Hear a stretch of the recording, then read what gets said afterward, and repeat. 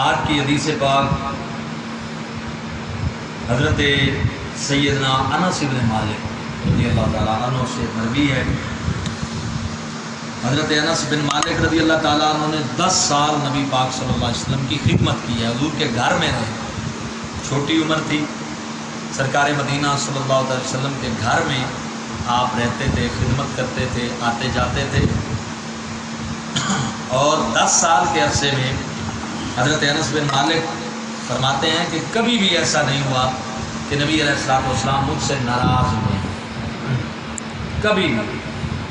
بلکہ کبھی آپ نے مجھے کوئی کام بھیجا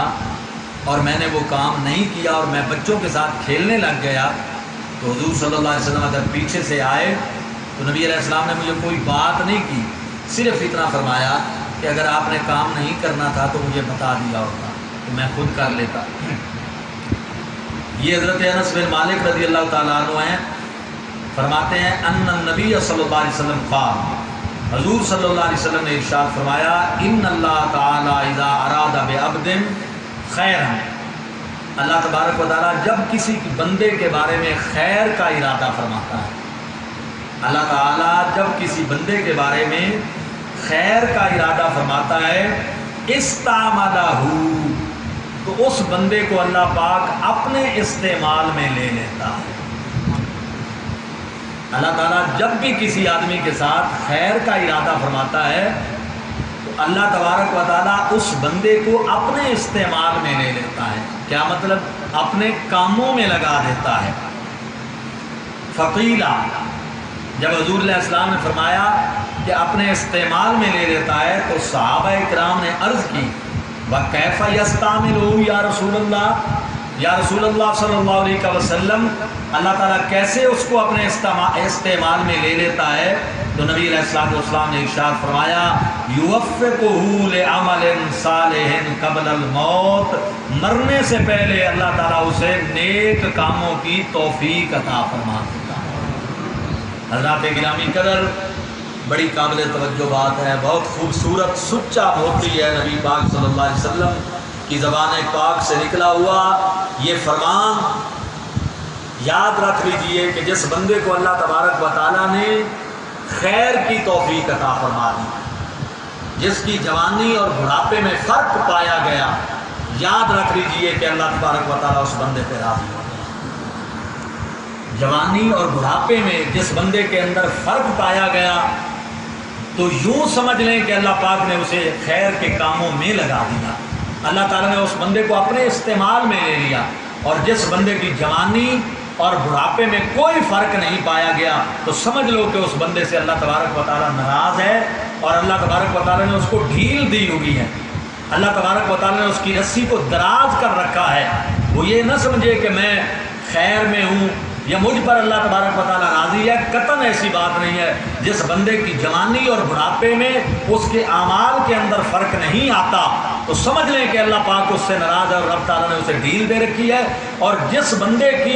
کا بڑھاپا اس کی جوانی سے چینج ہو جائے اور خیر کے کاموں کی طرف آ جائے تو سمجھ لیں کہ اللہ تبارک و تعالیٰ نے اسے موت سے پہلے اپنی بارگاہ پاک میں قبول فرما لیا ہے۔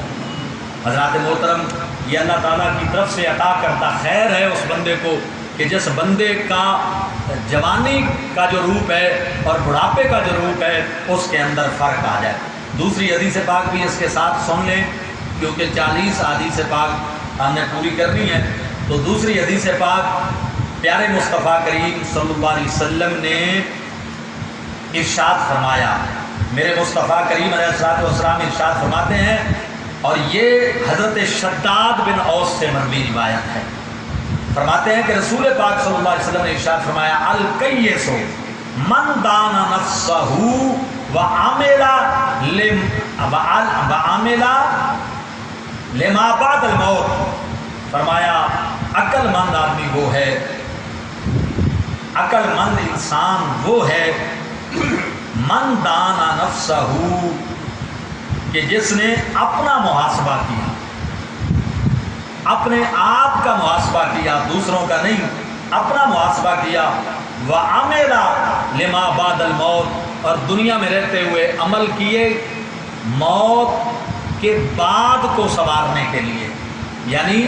موت کے جو بعد کا سفر ہے اس سفر کو سنوارنے کے لیے جس بندے نے اعمال کیے اور اپنی ذات کا محاسبہ کیے رکھا دنیا میں، تو نبی پاک صلی اللہ علیہ وسلم فرماتے ہیں وہ بندہ عقلمند ہے۔ اور حضور علیہ الصلوۃ والسلام ارشاد فرماتے ہیں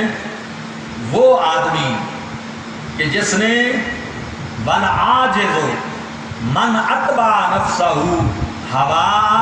وتمنا علی اللہ، فرمایا عاجز اور فقیر وہ ہے، عاجز آدمی کم عقل آدمی وہ ہے کہ جس نے اپنی خواہش نفس کی پیروی کی دنیا میں، جو نفس نے چاہا وہ کیا، خواہشات کی پیروی کی، اور پھر پوچھا تو جواب آیا وتمنا علی اللہ، میں تو اللہ کی ذات پر امید رکھتا ہوں۔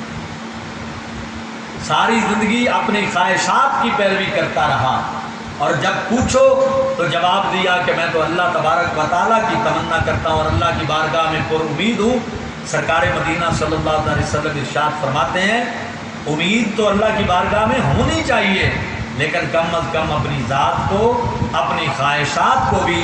بندہ اللہ تبارک و تعالیٰ کے احکام اور رسول کریم صلی اللہ علیہ وسلم کے فرامین کی پیروی میں گزارے۔ اللہ تعالیٰ کی پاک بارگاہ میں دعا ہے کہ رب تعالیٰ ہمیں محبوب کریم علیہ الصلوۃ والسلام کے ان سچے فرامین پر